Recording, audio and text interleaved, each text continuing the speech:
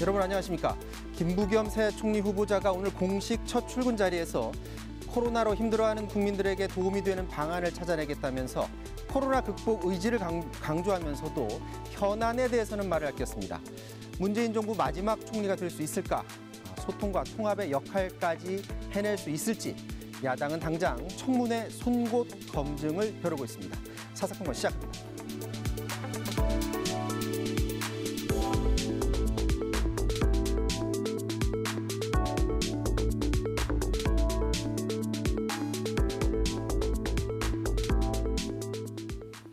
네, 여의도 사사건건 오늘은 고영인 민주당 의원, 최영두 국민의힘 의원 나오셨습니다. 안녕하십니까? 네, 안녕하십니까? 네, 안녕하세요. 네. 자, 국회 정치, 외교, 안보 분야 대정부 질문 중에 있습니다. 정세균 전 총리가 나가게 되면서 홍남기 부총리가 답변석에 서게 됐는데 이에 대해서 초유의 사태다라고 하면서 국민의힘에서 지금 무책임한 행동이라면서 지금 반발하고 있다고 들었습니다. 네, 국무총리가 왜 있습니까? 국무총리라는 것은 헌법상 엄연한 중요한 직책으로서 행정각부를 통할하고 대통령을 보좌합니다. 청와대가 있지만 사실은 국무총리실이 행정각 부처의 여러 현안을 조율을 하고 특히나 지금 같은 경우에 중대본 지금 굉장히 중요한 문제가 코로나 지금 국난이라고 할 만큼 코로나 상태가 심각하지 않습니까? 이 코로나 국난 극복을 위한 사령탑이 총리입니다. 대통령이 아니고. 그런데 지금 그 자리를 갑자기 박차고 가버렸습니다. 이게 원래 신임 총리가요.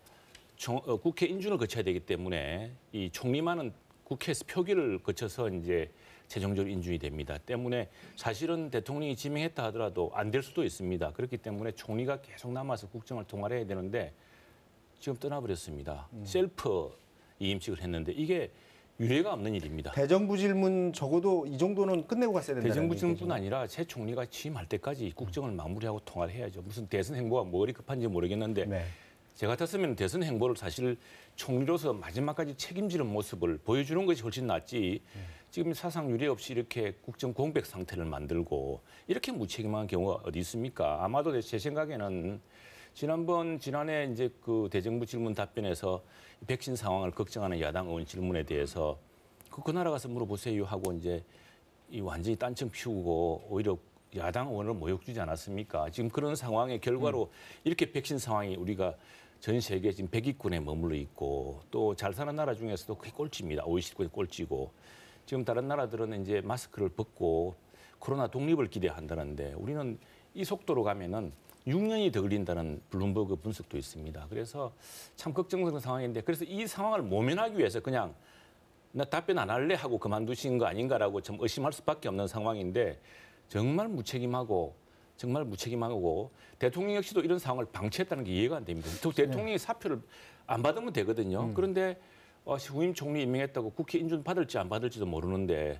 셀프 사인. 그러면 이 국정 공백 사태를 어떻게 할 겁니까? 총리는 왜 이렇게 빨리 나갔을까요? 네, 본인 스스로 정치적 일정도 있었는데 그 일정대로 했다면 아마 작년 말이나 올 초에 그만두시고 대권 행보를 하셨을 수도 있는데 코로나 방역으로 인해서 책임감 때문에 이제까지 계속 해온 건 사실이고요. 근데 이제 이번에 좀 갑작스럽게 된 것은 본인의 의사도 있지만 이번 또 4.7 보궐선거 이후에 우리가 민심을 제대로 읽고 이제 정부나 또 청와대가 민심에 반영된 새로운 어떤 모습들을 보여서 이런 국면들을 수습하고 또 새로운 과제들을 해결하기 위한 그런 갑작스러운 이제 개각의 필요성에 의해서 된 건 사실입니다. 그렇지만 이제 이것이 이후에 연속성을 제대로 가질 수 있도록 전체적인 그 내각이 상호 협력 체계를 잘 구축할 수 있도록 지금 협조 체계를 갖고 있는 걸로 이제 그렇게 알고 있습니다. 이번 그 개각을 보면서 야당에서 뭐 큰 반발은 없는데 특히 김호란 국립암센터 교수죠. 네. 방역기획관, 청와대 방역기획관으로 기용한 것을 두고 국민의힘에서는 과거 김호란 교수의 그 발언을 두고 지금 문제를 삼고 있습니다. 왜냐하면 그것이 백신 도입 과정과 관련이 있기 때문인데 어떤 얘기를 했는지 잠깐 듣고 오도록 하겠습니다. 백신이라고 하는 게 코로나 백신이 처음 나오는 거고 충분히 안전성이 확인되고 난 다음에 접종을 하는 것이 좋겠다. 한국은 지금 일단 환자 발생 수준으로 봤을 때 세계적으로 봤을 때 그렇게 급하지 않고 우리가 뭐 약속을 하고 구매한다고 해도 내년 안에 받기도 쉽지 않은 상황이에요. 지금 김우란 이제 전 교수죠. 저 발언과 관련해 사실은 일부 이쪽 전문의들도 비슷한 톤으로 말하는 사람도 있긴 있었습니다만 이게 너무 정부 측 입장을 대변했다라고 지금 국민의힘에서는 보고 있는 겁니까? 그렇습니다. 저렇게 비슷하게 이야기한 분이 없습니다. 의사단체들도 다 걱정을 했고요. 백신의 시간이고 백신을 해야 된다 그랬는데 이상하게 우리 대통령, 우리 총리, 우리 여당 대표만 백신의 시간은 저 멀리 밀어놓고 치료제가 되면은 무엇이 우리 그 청진국가 되는 것처럼 이야기하고 K방역 때문에 성공하기 때문에 필요 없다고 이야기하고 그러나 누구나 그리고 지난 2월 달부터 의사단체에서는 방역의 문제점 그리고 백신의 필요를 강조했고 그런 그 회고가 여러 개 있었지 않았습니까? 그리고 심지어 대통령께서도 지난 9월 달부터 백신을 빨리 구하라고 이야기했다는데 지금 저런 분들이 자꾸 엉터리 이야기를 해가지고 정부가 지금 백신을 못 구해서 허둥지둥되는 상황을 정당화해 주기 위해서 저런 혼란스러운 말을 하는 바람에 정부 내에서 긴박감이 떨어지고 백신을 덜 구한 거 아니겠습니까? 심지어 우리보다 방역을 더 완벽하게 성공한 대만과 베트남조차도 백신 구하는데 아주 전력을 다했습니다. 그리고 우리가 잘 아시다시피 이스라엘이라든가 싱가포르, 미국 같은 경우는 백신 구하는데 국력을 걸다시피 했고요. 지금 돌이켜 생각해 보면은 백신 구하는데 우리가 10조, 20조 썼다면은 이렇게 추경 안 하고 이렇게 빚 안 내도 우리 국민들이 고통받지 않고 우리 학생들이 학교에 나가 수업하고 그러지 않았겠습니까? 지금 미국에서는 7월 초에 되면 이제 코로나 독립을 선언하고 이스라엘이나 이런 나라들은 드디어 이제 마스크를 벗는다는데, 그러니까 지금 저런 분들이 전문가적 식견을 가지고서 정부의 방역 문제에 대해서 또 백신의 중요성에 대해서 혼란스러운 발언을 해서 판단을 그르치는데 저런 분을 뭐 굳이 다시 방역 정책관을 썼다는 것은 도대체 청와대가 지난 정부 백신, 지난 시기에 백신의 그 초기 구매 또 접종의 실패를 제대로 복귀나 하고 있는 것인가 지금 굉장히 의심스럽습니다. 민주당에서 봤을 때는 그러니까 당시 상황에서는 신중론이 필요했다라고 보시는 걸 지금 결과론적으로 봤을 때는 네. 접종률이 지금 우리나라 100위권 바뀌잖아요. 네. 이런 면에서 봤을 때는 어느 정도 좀 아픈 그렇죠. 면도 있지 않나요? 저희들 입장에서는 당시에 백신이 계속 개발되고 있는 상태고 또 여러 가지 임상 실험을 통해서 인가를 또 놔야 되고 그래서 여러 가지 이제 안정성을 검토하는 것이 국민들의 어떤 심리적 안정을 위해서도 굉장히 중요하다 이렇게 방점을 찍었던 것도 사실이고요. 네. 그런데 이제 지금 우리가 그 백신에 대해서 예약분들이 안정적으로 제대로 공급할 수 있느냐 이게 이제 본질적인 거거든요. 그래서 우리가 이제 그것을 좀 더 면밀히 그리고 투명하게 검토해서 안정적인 수급과 또 접종이 이루어질 수 있도록 해야 될 것 같고요. 그 김호란 교수는 이제 기본적으로 이제 우리가 그 백신 수급과 그 다음에 방역의 영역이 있는데 이번에는 이제 방역 기획관으로서 우리가 장거리 장시간 동안에 우리가 그 안전거리를 유지하는 체제를 만든다든지 이러한 것들을 통해서 우리가 백신을 수급하는 기간 동안에 어떻게 방역 체제를 안전화시킬 것이냐 이런 부분의 전문가로서 이번에 방역 기획관을 만든 겁니다. 그래서 거기에 자격이 있다 없다 이렇게 논란을 너무 하는 것은 좀 과장된 측면이 있지 않나 이렇게 생각합니다. 질병관리청장이 있잖아요. 그러니까 질병관리청장과의 어떤 소통이 이렇게 원활하지 않았는데 굳이 청와대에 방역기획관까지 둬야 됐어야 될 절박한 이유가 있었을까요? 네, 우리가 그래도 이 백신 수급이 원활하게 되고 전 국민적 그 집단 면역이 형성되기까지는 아무래도 우리가 좀 시간이 더 필요하고 그래서 이 방역 체계를 지금 뭐 또 새로운 시장도 그렇고 업종별로 방역 체제를 바꿔야 되느냐 맞느냐 틀리냐 이런 사회적 논란도 있기 때문에 이러한 방역 시스템을 통한 예방의학을 전문적으로 했던 우리 김호란 교수를 통해서 우리 국민들이 그 신뢰하고 좀 더 안정감을 가질 수 있는 것들로 좀 더 체계화하자 뭐 이런 취지로 봐주시면 되겠습니다. 제가 한마디 더 붙이면 여당이 저렇게 말씀하시면 큰일 납니다. 여당에서 지금 이 문제의 심각성을 이야기해야 됩니다. 국민들에게 청와대 인사, 정치의 주요 의사결정이라든가 인사란 것은 국민들에게 중요한 신호를 주는 것이거든요. 네네네. 지금 백신이 많이 뒤쳐졌습니다. 정부가 오판한 것도 사실이고 정부가 이 문제에 대해서 너무 독선적으로 K방역에 대한 과도한 신뢰 또 이것이 국민들의 고통을 사실 수반하는 것인데 그런 것들 때문에 뒤처진 것을 이제 시인하고 더 열심히 구하겠다. 이 백신을요 그냥 정상적으로 영업 상업 상의 거래로 구하는 나라는 없습니다. 이스라엘, 싱가포르 보듯이 국가가 다 뛰어야 되고 심지어 이스라엘은 모사드까지 뛰었거든요. 네, 우리 최 의원님께서 걱정해 주신 거 굉장히 감사하고 또 대안도 같이 만들어 나가고 제가 말씀드리는 거는 지금 상황이 우리가 모든 거를 안심해도 된다. 이건 분명히 아닙니다. 이번에 미국도 또 뭐 3차 접종까지 얘기하고 있는 상황에서 우리가 화이자나 모더나의 안정적 수급이 가능할 것이냐에 대한 국민적 불안이 있는 것도 사실입니다. 그래서 저희 초선 의원들은 특히 우리 당 지도부에다가 이 문제가 있을 때 쉬쉬해서는 안 된다. 이것을 전 국민에게 투명하게 알리고 여야를 떠나서 모두 지혜를 모아가지고 국민들이 안심하고 실질적인 집단 면역이 10월, 11월에 가능하도록 우리가 총력을 기울여야 된다. 이거에는 전적으로 동의합니다. 자, 김부겸 총리 내정자로 다시 돌아가도록 하겠습니다. 과연 소통과 통합의 역할을 제대로 해낼 수 있을지 오늘 첫 공식 출근했거든요. 당시 모습 잠깐 보고 오도록 하겠습니다. 오늘 공식 첫 출근을 했습니다. 오늘부터 관계관들 또 전문가들하고 충분히 토론을 해서 국회 청문회 과정에서 정확한 답변을 드릴 수 있도록 최선을 다하겠습니다. 무엇보다도 코로나19 때문에 올해 힘들어하고 또 지쳐 계신 국민들에게 조금이라도 도움이 되는 그런 어떤 방안을 찾아내서 답변 드릴 수 있도록 그렇게 준비해 나가겠습니다. 자, 김부겸 총리 후보자 이제 정치 활동을 오래 해서 그런지 이 민감한 질문을 일단 즉답을 지금 피한 상태인데 국민의힘 내부 분위기는 어떻습니까? 지금 뭐 송곳 질문 이런 거 준비하고 있다는 얘기는 들리는데요. 지금 이제 우리가 촉구하는 것은 뭐 김부겸 후보자의 개인적인 뭐라기보다는 과연 이 국가적 위기 상황을 제대로 총리 후보자가 인지하고 있느냐.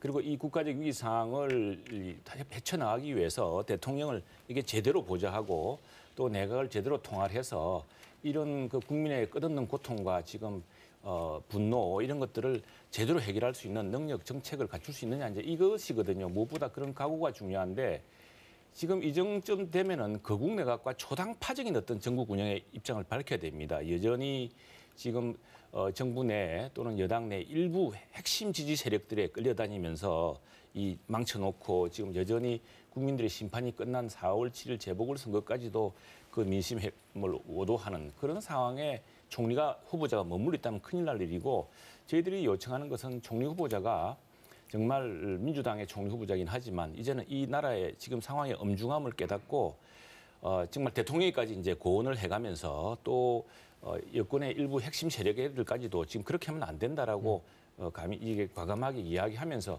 국정의 중심을 잡아서 지금 당장 방역의 문제 또 백신 수급의 문제 이런 문제들에 정면 돌파를 할 수 있는 그런 추진력과 통합 능력을 저희들은 요청할 것이고 네. 그런 인식이 있는지를 제대로 따져 물을 것입니다. 청문회 때 어떤 답변을 내놓은지 보면 될 것 같은데요. 그동안에 뭐 워낙에 통합 얘기도 많이 했고 그리고 뭐 쓴소리도 나름 할 것 같은 그런 목소리들을 내놓고 있는데 당에서는 어떻게 보고 계십니까? 네, 김부겸 장관이 아시다시피 이제 통합형 총리다 이렇게 지금 평가를 하고 있는데요. 그동안 그 뭐 여성형 총리라든지 뭐 경제형 총리가 거론이 됐는데 결국은 지금의 전국의 심각성을 느끼고 정무형 총리로 이게 이번에 발탁을 한 이유가 국민의 민심에 다가가겠다 이러한 어떤 신호다 이렇게 볼 수가 있고요.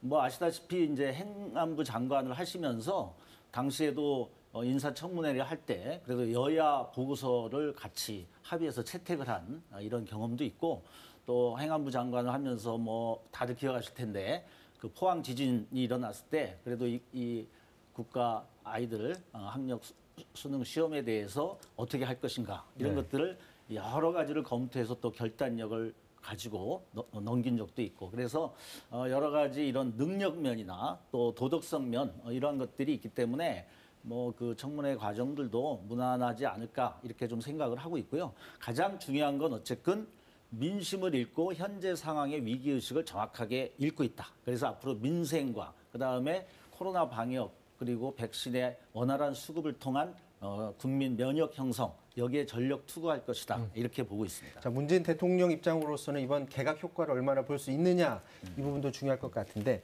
가장 최근 여론조사 결과 볼까요? 국정수행 평가가 나왔는데요. 가장 최저치까지 떨어졌다가 소폭 반등했습니다. 긍정평가가 34.7%로 소폭 늘어난 양상인데 자 이걸 개각에 대한 효과로 좀 봐야 될까요? 어떻게 보고 계십니까? 개각 효과가 있겠죠. 지난 주말 또 갤럽 조사는 이제 완전 최저치를 그대로 찍은 채였는데 주말에 이런 개각 뉴스가 있었고 영향이 있다면 그 정도겠죠. 이제 국민들도 회초리를 들 때는 들지만 그러나 지금 결국에는 지금 집권하고 있기 때문에 이 집권자들이 잘해주기만을 바라야겠죠. 이게 더 못해서 더 망치면은 결국 고통받는 사람들은 국민들 아니겠습니까? 그래서 지금 조금의 이제 기대를 열어놓고 있는데 정말 총리 후보자가 이런 국민들의 기대, 각오를 제대로 담을 수 있을 것인지가 이제 관건이겠고 그러나 김호란 이런 기획관에서 보듯이 여전히 역주행하고 또 새로운 여당 원내대표 연내 지도부가 지금 국민의 민심을 받아들이지 않고 여전히 오만과 독선으로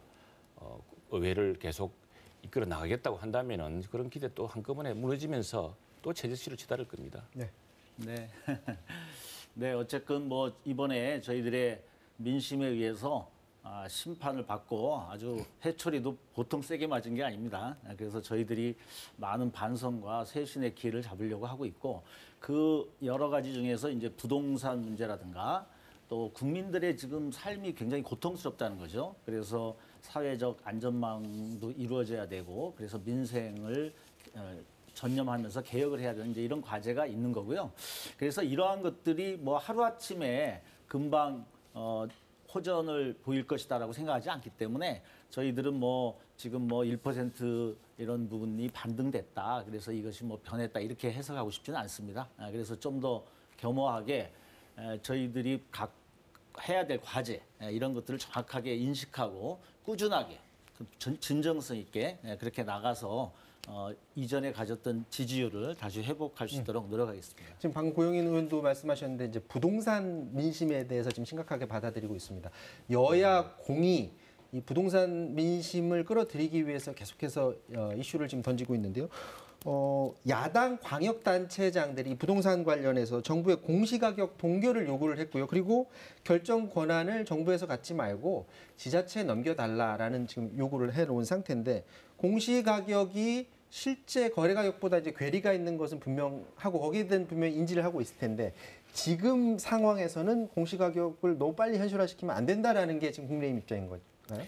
이게 지금 국민의 입장이 아니라 국민들의 지금 호소 아니겠습니까? 국민들이 정말 힘든데 더구나 이게 무슨 집을 팔아서 이득을 실현한 것도 아닙니다. 집을 갖고 있다는 이유로 그것도 부동산 정책의 실패 때문에 갑자기 집값이 뛰고 자기가 일부러 띄운 것도 아닌데 그런데 이 공시지가가 무려 4배나 올랐습니다. 4배나 보통 평년보다는 보통 예년에는 4 내지 5%씩 인상이 됐거든요. 그런데 이번에는 뭐 갑작스레 19.08%까지 올라버려 놓으니까 4배 올라서 국민들의 고통이 너무 가중된다는 것이고 또 하나의 문제는 이게 무슨 기준이냐 앞집 뒷집이 다르고 어떤 집의 경우는 이게 이제 그 경제신문에 한번 크게 보도됐던 이야기인데 이 부동산으로부터 감정원으로부터 사전 통보받은 가격이 한 집은 40억이었는데 이의 제기를 하니까 또 30억을 깎아줬다가 이렇게 무슨 기준으로 이렇게 공시가격을 이렇게 막 널뛰듯이 하느냐 그리고 앞집 뒷집은 왜 다르냐 왜 같은 조건이 다르냐 이런 이제 형평의 문제가 있는 것이거든요. 그래서 어떤 기준으로 하느냐 그리고 너무 지나친 인상률 이런 것 때문에 역시 이것은 정부가 일률적으로 하기보다는 이 상황을 제일 잘 아는 광역단체에서 현실적인 검토를 할 수 있는 좀 권한을 달라고 지금 우리 야당 광역단체장들이 요청을 한 것이죠. 네. 어떻게 되셨어요? 네. 지금 공시지가가 이전보다는 좀 뛰어서 여러 가지 세금 부담이라든가 또 건강보험료도 올랐다 이런 민원들도 형성되고 있는 게 사실입니다. 그런데 문제는 우리가 공시지가가 현실화돼야 된다라고 하는 것은 우리 정치권에서도 오랜 동안 논의해왔고 여야가 합의를 한 상황입니다. 공감을 한 거고요. 그래서 이것이 오르는 과정에서 과도기적으로 가질 수 있는 문제를 가지고 이거를 다시 원점으로 하자. 이건 어떻게 보면 이제 정책의 일관성도 얻게 되는 것이고 또 약간 그런 어떤 그런 요구들에 대해서 약간 인기 발언적 것들이 되는 것이기 때문에 우리가 정책을 체계적이고 안정적으로 추진해 나가려면 갑자기 없던 일로 한다기보다는 이것을 현실화시켜 나가는 과정에서 현재 보유세나 또 양도소득세 이러한 것들을 이렇게 조정해 나가는 부분들하고 같이 좀 봐야 될 것 같고요. 이런 뭐 소득세나 거래세 이런 것들이 또 일시에 조정을 하면은 이것이 기존에 이제 갖고 있는 투기적 요소들을 우리가 다 잡을 수가 없는 거기 때문에 이것들은 좀 차분하게 보완하면서 좀 일관성을 가져야 된다 이렇게 보고 있습니다. 방금 말씀하실 때 보유세 얘기하시잖아요. 지금 부동산 특위가 오늘 출범했잖아요. 그럼 부동산 특위에서 보유세 조정이라든지 이런 것까지도 다 검토를 하는 겁니까? 네, 어느 정도 검토할 것으로 보고 있습니다. 저희들이 이제 보유세라고 하는 것이 기본적으로는 필요한 것이지만 우리가 1주택자와 다주택자 간의 이런 차별의 문제도 있고 그리고 특히 이제 그것이 주거 투기가 아니라 주거 목적으로 주택을 보유하고 있는 경우에 이런 보유세의 문제에 대해서 우리가 좀 탄력적으로 적용하는 부분들도 좀 필요한 거기 때문에 오늘 이제 진선미 국토위 위원장을 위원장으로 해가지고 이제 우리가 뭐 국토위 기재위 정무위 행안위 이렇게 이런 소속 의원님들 뭐 전문가 이렇게 쭉 구성이 됐는데 저희들이 어쨌든 이번에 부동산 문제가 우리 2030에게도 내 집 마련의 꿈을 많이 좀 좌절시켰고 또 많은 사회적 문제를 야기시킨 거를 저희들이 잘 알고 있기 때문에 이 문제를 너무 인위적으로 하는 것이 아니라 이제는 많은 부분들과 소통하고 또 전문가들의 의견들을 들으면서 이게 객관적인 합법적인 과정들도 우리가 검토하면서 잘 대안을 만들도록 하겠습니다. 지금 고영인 의원님 말씀 들어보면 보유세도 이제 1주택자에 한해서는 어느 정도 조정이 가능한 여지를 지금 남겨두셨고요. 그리고 종부세 그 공시가격도 9억 원 뭐 완화하는 걸 검토하고 있다 뭐 이런 기사들도 나오고 있습니다.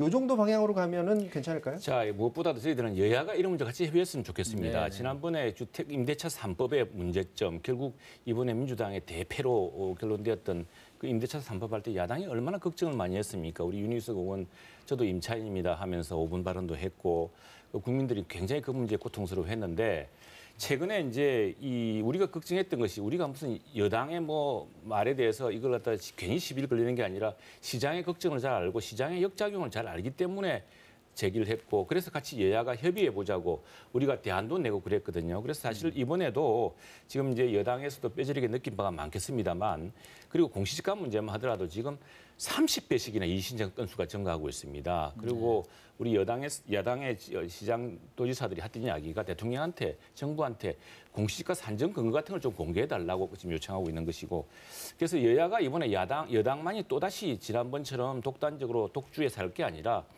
국토위를 통하거나 국회 해당 상임위를 통해서 같이 협의가면서 풀었으면 좋겠다. 이번에 지난번에 전월세 왜 임대차 3법 할 때 우리가 반대하고 했습니다만 똑같은 일이 유럽에 있어가지고 지난주에 독일 헌법재판소에서 우리의 전월세 상한법 같은 걸 위헌이라고 결정을 했습니다. 왜냐하니까 그게 뭐 법률로 따라서 그런 게 아니고 그 법이 오히려 베를린 시민들을 너무 어렵게 만든 겁니다. 전세 난민, 월세 난민을 만들었고 우리나라 꼭 그랬죠. 전세 난민 나오고 월세 난민 나오고 심지어는 그렇게 주장했던 대표 발의했던 의원님은 185만 원씩 그렇게 해서 오른 월세 꼬박꼬박 받지 않았습니까? 그런 문제점을 이제 잉태했던 것처럼 이제는 그런 걸 교훈 삼아서 여당에서 단독으로 하지 말고 야당과 함께 좀 지혜를 모으고 특위도 좀 같이 했으면 좋겠습니다. 네. 자, 우리가 하여간 그 여러 가지 그것을 앞장서고 기준을 정했음에도 불구하고 우리 내부의 내로남불적 그런 요소를 보인 거는 우리 국민들께 사과드리고요.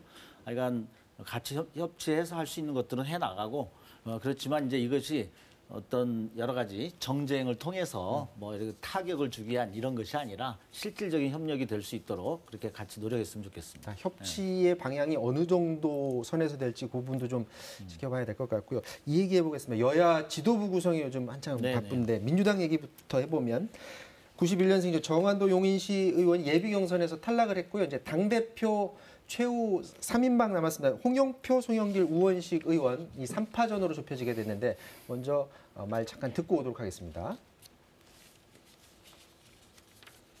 당대표의 가장 중요한 역할, 문재인 정부의 성공과 재창출을 위해 현장과 소통이 가장 잘 되는 우원식이 500만 표를 더 가져오는 당대표가 되겠습니다.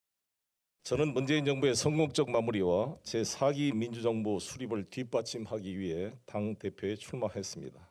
유능한 개혁으로 문재인 정부의 성공을 확실하게 뒷받침해 가겠습니다. 저 홍영표 2012년, 2017년 문재인 대통령 만들기에 앞장섰습니다. 문재인 대통령 성공을 책임지겠습니다. 국민이 명령하신 개혁 중단 없이 해내겠습니다. 검찰개혁, 언론개혁 반드시 해내겠습니다. 자, 지금 당권 후보자들이 다 문재인 정부 성공을 외치고 있는데 물론 이제 쇄신 얘기도 했습니다만 저희가 영상 구성 과정에서 그 부분만 지금 잘라서 편집한 것은 맞습니다. 자, 쇄신에 이제 관심이 많은데 후보들의 쇄신의 방향이 어느 쪽으로 모아져야 된다고 보십니까? 네, 일단 뭐 지금 문재인 대통령의 성공 이걸 많이 얘기들 하셨는데 뭐 여당으로서 그건 당연한 얘기고요. 네. 그걸 성공을 해야 또 재집권도 가능하니까. 그런데 그 재집권을 가능하기 위해선 정확하게 민심을 읽는 데로부터 와야 되거든요. 그래서 우리가 뭐 정책에 있어서 실질적으로 우리가 무능한 면도 있었다. 그리고 우리의 주장이 항상 옳다고 생각한 건 아닌지 그런 오만적인 요소도 좀 살펴봐야 되고요. 아까 말씀드린 대로 내로남불적 요소도 살펴봐야 되고.